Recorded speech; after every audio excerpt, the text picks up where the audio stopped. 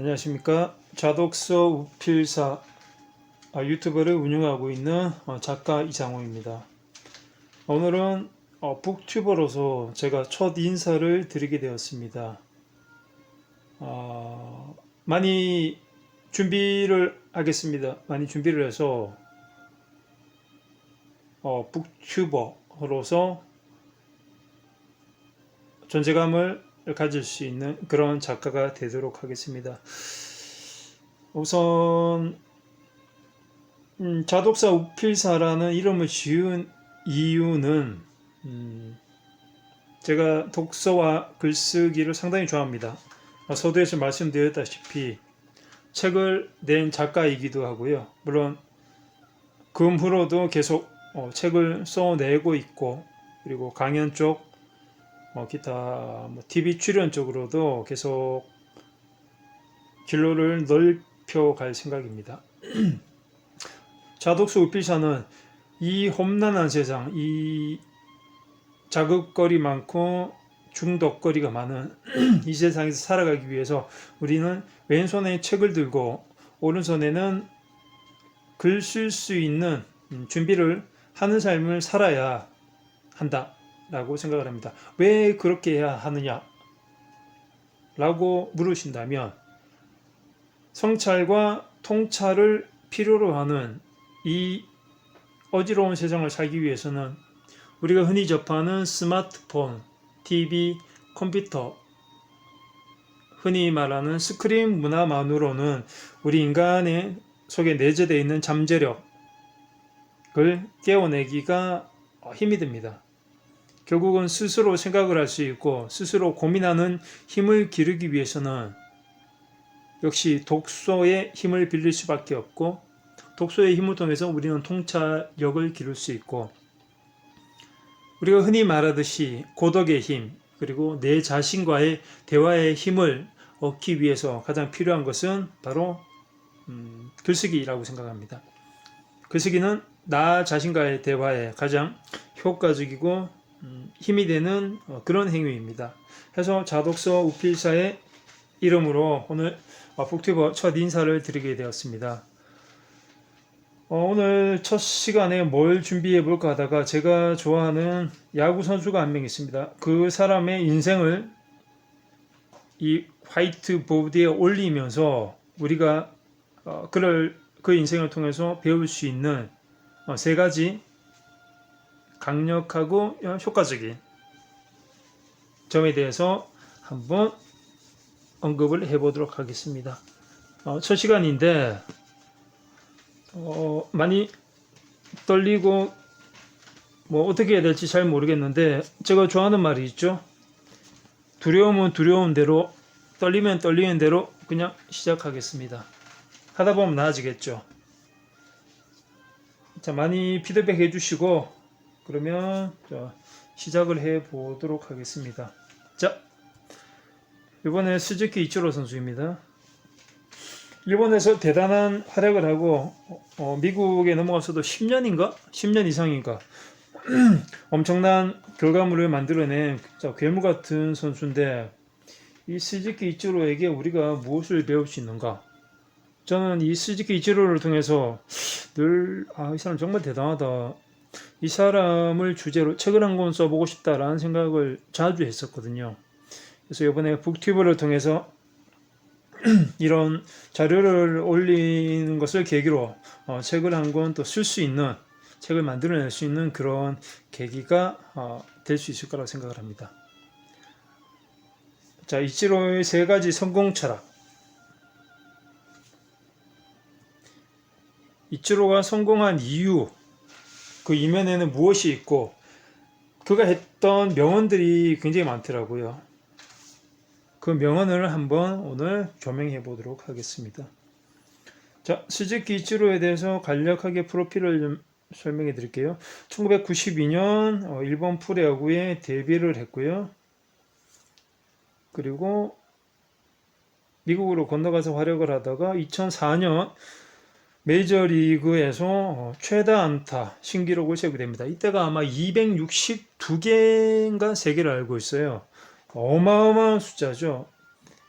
참고로 대한민국 지금 프로야구 역사가 지금 30년이 조금 넘는데 이 기간 동안 200안타 이상을 친 선수가 몇 명이나 있을까요? 단 한 명밖에 없습니다.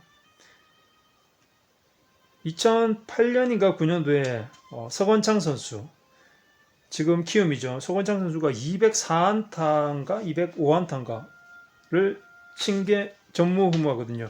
근데 스즈키 이치로는 일본에서 매년 200안타 이상은 그냥 밥 먹듯이 치고 세계 최고의 야구 선수들이 모였다는 메이저리그에서 근 10년 가까이 200안타 이상을 쳐왔던 정말 괴물 같은 선수죠.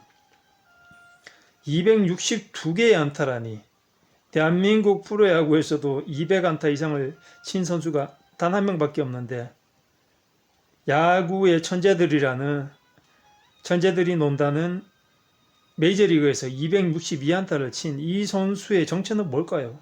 너무 궁금하지 않으세요?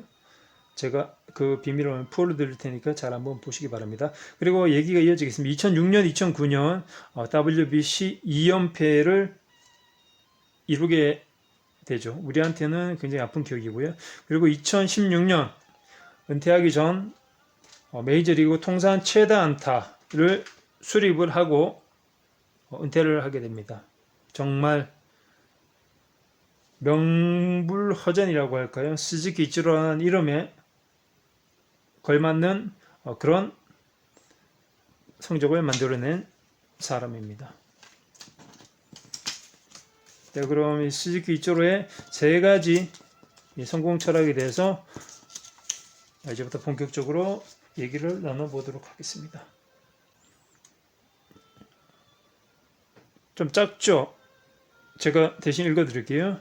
비교 대상은 언제나 자기 자신이다.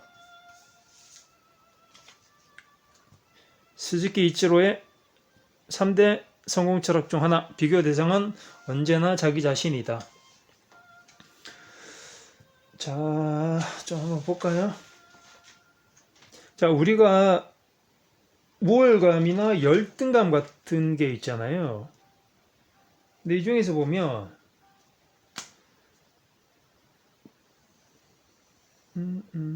이렇게 그려서 자, 볼게요. 타인과의 비교가 당연시 되고 있지만 누구나 살면서 타인과 비교하지 않는 사람은 없지만 타인과의 비교에서 나오는 부분에 대해서 잠깐 얘기를 해볼게요.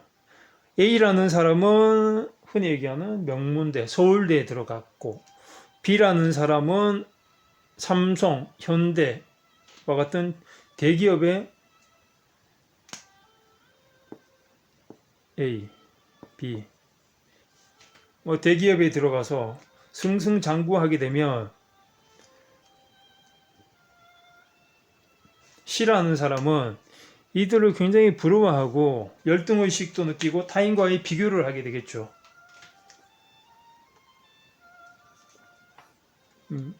그를 통해서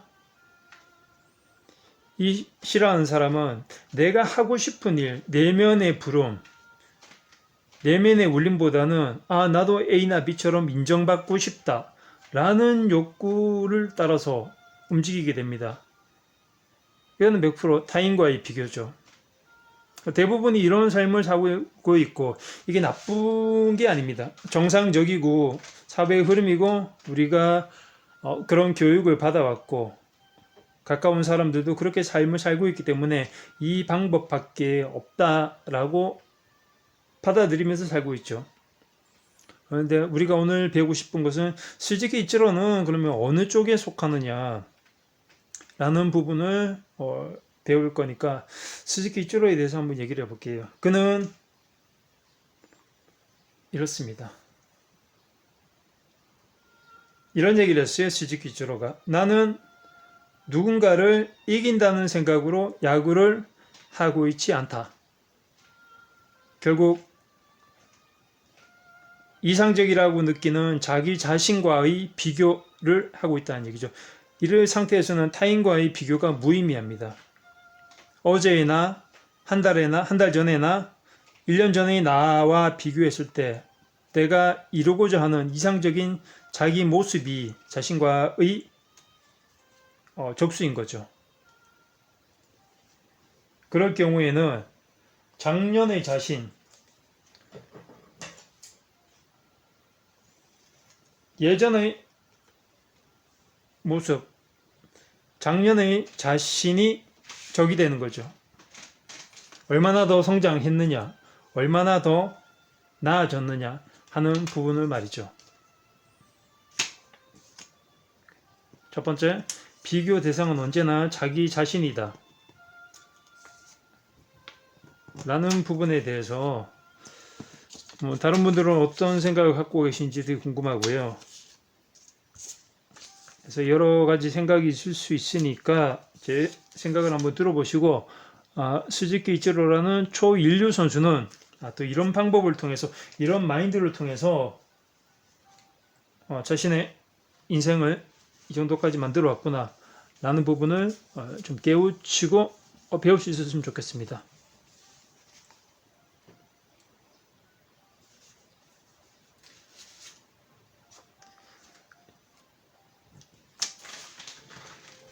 잠시만요. 예전에 스즈키 이치로가 은퇴를 결심하고, 여기 보시면 은퇴 기자회견에서 했던 말이 있습니다. 그 말이 무엇이냐? 글이 좀 작죠? 제가 읽어드릴게요. 남들보다 더 열심히 하는 것은 어려운 일이다. 어디까지나 그것을 측정하는 측정기는 내 안에 있는 것이다. 내 안의 측정기를 사용해서 자신의 한계를 뛰어넘는 것을 반복하면 어느 사이에 지금의 자신이 되어 있더라. 조금씩의 노력이 쌓여서 자신을 뛰어넘을 수밖에 없다 라고 말했습니다. 우리는 흔히 얘기하잖아요. 남들보다 더 열심히 해야 돼. 앞집에 누구, 뒷집에 누구, 누구는 지금 내가 자고 있을 시간에 공부를 하고 있을 거야. 누구는 더 열심히 하고 있을 거야. 더 노력하고 있을 거야. 라는 비교의식을 가지고 살아가는 사람들이 굉장히 많습니다. 이것은 앞에서 말했다시피 잘못된 건 아니에요. 정상인데, 그러나 우리와 다르게 사고방식을 갖고 있는 성공인들, 성공한 사람들, 그리고 앞서가는 사람들은 우리와 사고방식을 좀 다르게 가지더라 라는 부분을 좀 말씀드리고 싶고요. 자, 그러면 스즈키 이치로는 어떤가? 비교 대상, 그리고 뛰어넘는 대상을 어떻게 가질 것인가? 그는 뛰어넘는 대상은 타인이 아니고 남이 아니고 세상이 정해준 기준이 아니고 자기 자신이다 라고 말을 하고 있습니다. 그리고 행동으로 보여줬죠. 자, 비교 대상은 자기 자신이다. 무엇을 뛰어넘을 것인가? 무엇을 비교할 것인가? 우리는 흔히 타인의 기준으로 두기 쉬운데 그 타인이 아니라 자기 자신이 되어야 된다라고 스즈키 이치로는 말하고 있습니다. 쉽지 않죠. 자기 자신의 퀄리티를 높이고 자기 자신과 경쟁력을 하기 위해서 우리가 할 수 있는 게 무엇일까? 라고 물었을 때 그 대답을 흔하지 않은, 식상하지 않은 대답을 해줄 수 있는 사람들이 거의 없어요. 왜냐하면 거의 비슷한 생각을 하고 비슷한 교육을 받고 비슷한 강요를 받고 비슷한 길을 가고 그런 매뉴얼에 따라서 우리는 살아가고 죽어가기 때문입니다. 그래서 어쩌면 스즈키 이치로처럼 이렇게 앞서간 이들의 사고방식, 성공의 노하우가 필요한 건지도 모르겠습니다. 자, 스즈키 이치로의 세 가지 성공 철학 중 두 번째, 준비가 되어 있지 않으면 목표를 말할 자격은 없다. 자, 스즈키 이치로에 대해서 참 많은 부분을 언급드리고 싶은데 오늘은 세 가지만 언급드리기로 했기 때문에 이 부분만 말씀을 좀 드리겠습니다. 참 재밌는 재료가 많아요. 스즈키 이치로가. 먼저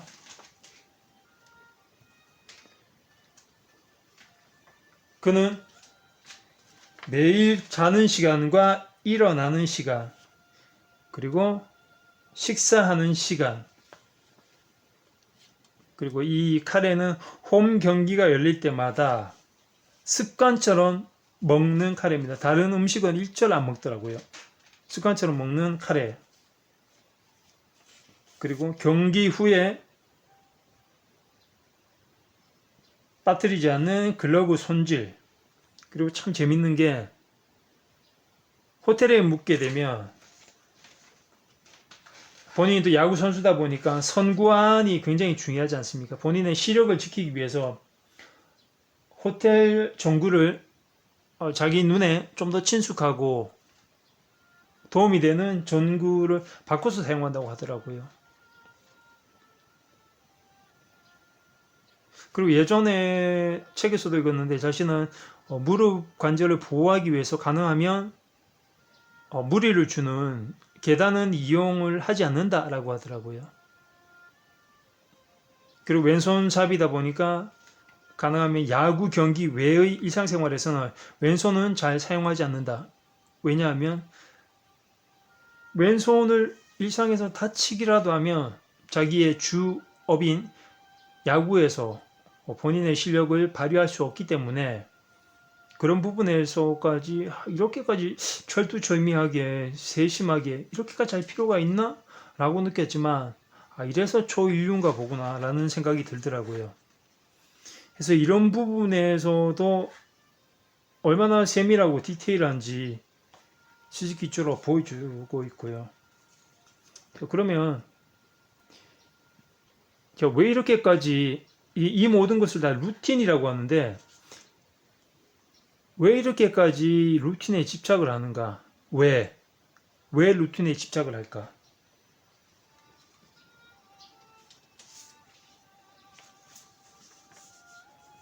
이 부분에 대해서 또 스즈키 이치로가 이런 말을 하죠. 몸 상태를 알기 위해 매일 같은 음식을 먹거나 계속 하는 것이 중요하다고 생각한다. 그렇지 않고 매일 다른 음식을 먹으면 내가 컨디션이 조금 나빠졌을 때 혹시 음식 때문일까? 라는 식의 핑계를 댈 수 있는데 그런 핑계를 대지 않고 기본적으로 내게 책임이 있다고 생각하고 싶다는 그런 마인드 사고방식인 거죠. 그런 거죠. 같은 음식을 계속 먹게 되면 그 음식에 대한 의문감, 뭔가 컨디션이 나빠지거나 문제가 생겼을 때 음식에 대한 핑계, 탓을 돌릴 수 없는 거죠. 순전히 자신이 제어를 잘 못하고 관리를 잘 못했다라는 식의 자기 책임을 갖는 굉장히 무서운 사람이죠. 이런 식으로까지 관리하고 자신을 돌아볼 수 있는 사람이 과연 얼마나 될까? 프로야구 선수 중에서도. 그렇기 때문에 이 선수가 그런 엄청난 실력을 발휘해서 만들어내지 않았을까라는 생각이 들고요. 방금 말씀드렸다시피 준비죠. 준비는 뭐다? 변명을 하지 않기 위한 조치다. 그러기 위해서는 바깥으로의 탓, 핑계, 변명이 아니고 오직 내 자신의 책임, 내가 모든 것을 다 책임지고 관리하고 통제해야 한다. 물론 그게 쉽지는 않겠지만 그게 된다는 것도 불가능하지만 그런 마음가짐으로 살아갈 수 있다는 게 얼마나 큰 힘이 되는지 스즈키 이치로를 통해서 알게 됩니다. 바로 이거죠. 얼마나 준비를 했는가, 얼마나 준비를 할 수 있는가, 이럴 사람이 얼마나 될까라는 거죠. 실제로 놀라운 것은 이치로가 27년간 선수 생활을 하면서 그간 26년간은 정말 대단한데 같은 밸런스의 배트를 사용한 것도 결과가 만약 나오지 않았을 때 아까 음식 얘기처럼 배트의 잘못이 아니라 내 잘못이다. 자신의 잘못이라는 것을 명확하게 하기 위해서 그렇게 해서 자신의 개선을 위해 의식해서 그런 행동을 하고 있다는 거죠. 우리 같은 보통 사람들은 이런 생각을 할 수가 없죠. 근데 같은 사람인데도 사고의 범위, 깊이, 넓이가 얼마만큼 다른지를 이 스즈키 이치로를 통해서 또 알게 되네요. 그래서 2번 준비가 되어 있지 않으면 목표를 말할 자격이 없다 라고 전하고 있고요.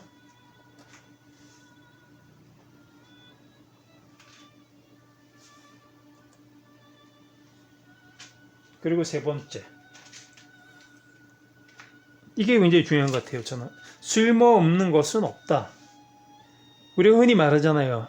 야야 그런 거 다 쓸모없어, 쓸데없어, 시간 낭비하지 마, 내가 해봤는데 안 돼, 누구 해봤는데 어림없대, 안 되더래 라는 얘기를 굉장히 많이 하죠.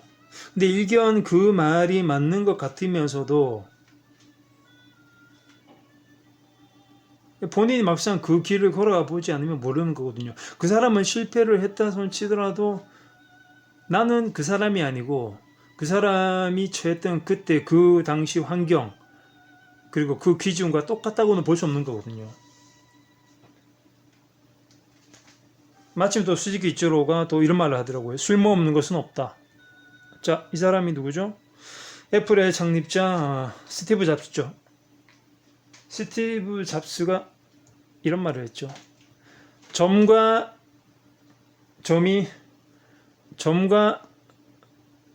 점은 그냥 떨어져 있으면 아무 의미가 없지만 점과 점 사이 이렇게 선이 이어지면 선과 선은 연결되어 있으니까 좋아하는 일에 몰두해라 라는 거죠.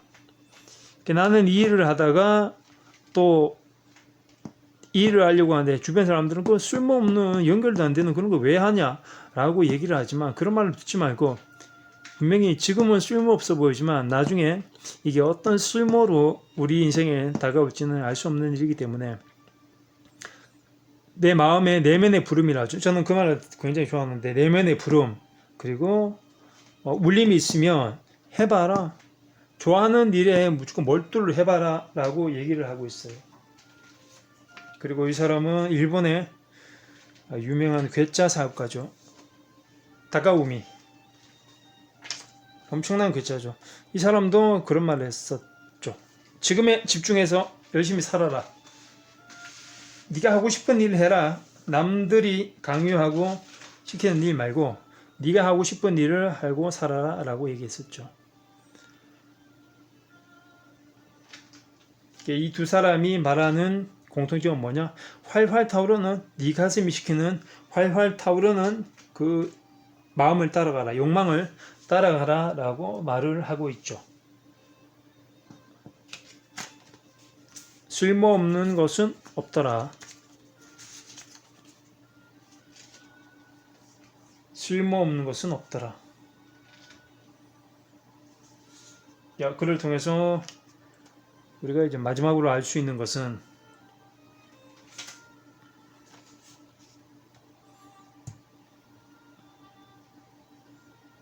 이런 말을 했죠. 쓸모없음이 결국 쓸모없는 게 아니라는 사고방식을 자기는 좋아한다. 먼 길을 돌아가는 것이 가장 빠른 지름길이라고 지금까지 믿으며 27년을 살아왔고 지금도 먼 길을 돌아가는 것이 가장 빠른 지름길이라고 지금도 믿고 있다 라고 얘기를 하는데 좀 굉장히 소름 끼치더라고요. 우리와 생각하는 게 다르구나. 물론 모두에게 다 적용될지는 모르겠지만 이런 사고방식은 참 특이하다. 이렇기 때문에 이런 초인류적인 성과를 만들어내지 않았을까라는 생각이 들더라고요. 그리고 성공해야 할 것 같으니 성공할 것 같, 우리가 흔히 이런 생각을 하거든요. 야, 저거 성공할 것 같아. 해봐. 아니야, 해서 안 될 것 같아. 하지 마. 하지 말자. 라고 지레짐작으로 가능성을 따지는 사람들이 굉장히 많잖아요. 물론 저 자신조차도 그렇습니다. 그런데 이런 판단을 하는 것은 후회가 남는다 라고 얘기를 하네요. 기본적으로 이치로도 앞에서 말한 스티브 잡스 그리고 호리의 다카오미처럼 기본적으로 해보고 싶은 것을 향해 나아가는 것, 해보는 것을 하는 것. 물론 그를 통해서 실패가 될지 성공을 하게 될지 무엇을 얻게 될지는 정확히 알 수 없지만 해보기 전에는 알 수 없는 거잖아요.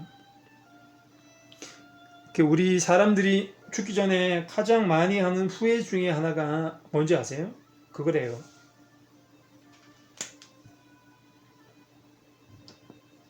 죽기 전에 큰 후회. 뭐가 있을까요? 이거랍니다.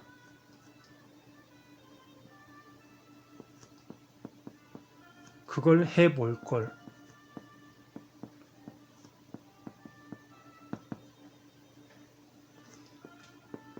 여행이든 사랑하는 사람에 대한 고백이든 사랑하는 사람에 대한 미안함을 전달하든 이 모든 것을 해보지 않고 미루고 남일인 듯 그렇게 치부했던 그 시간들이 굉장히 죽기 전에 후회가 되더라 라는 얘기를 많이 들었습니다. 결국 말하는 거는 그거 같아요. 지금을 살아라. 지금을 살면서 내가 하고 싶은 일을 해라. 쓸모없는 것은 없다. 라는 의미 말이죠. 자, 여기서 첫 시간이 좀 길어졌는데 이치로의 성공 철학 정리하면서 오늘 첫 시간을 마치도록 하겠습니다.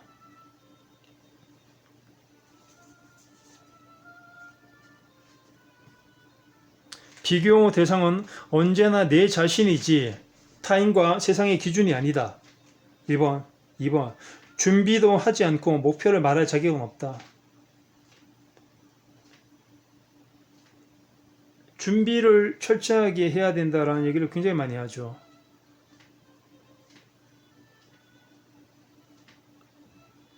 항상 완벽해져라. 항상 완벽하기 위해 노력하라. 그 완벽이 설령 내 자신을 매번 비켜나더라도 완벽하려고 만전을 다해라.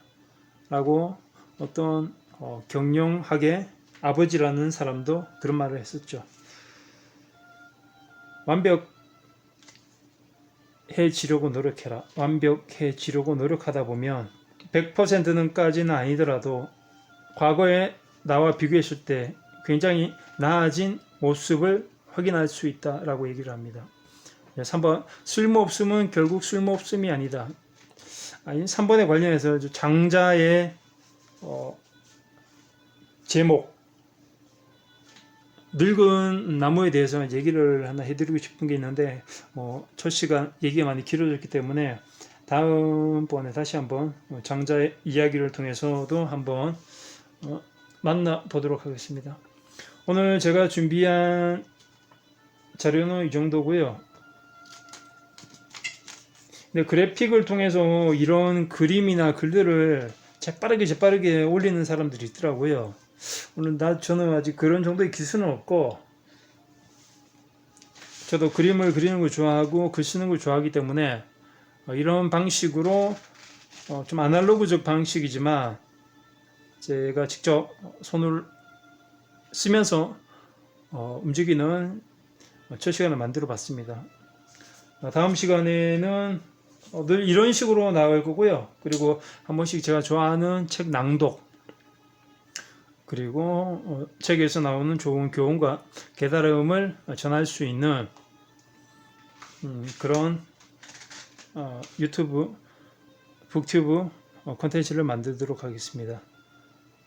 첫 시간 여기까지 하겠습니다. 감사합니다. 또 뵙겠습니다.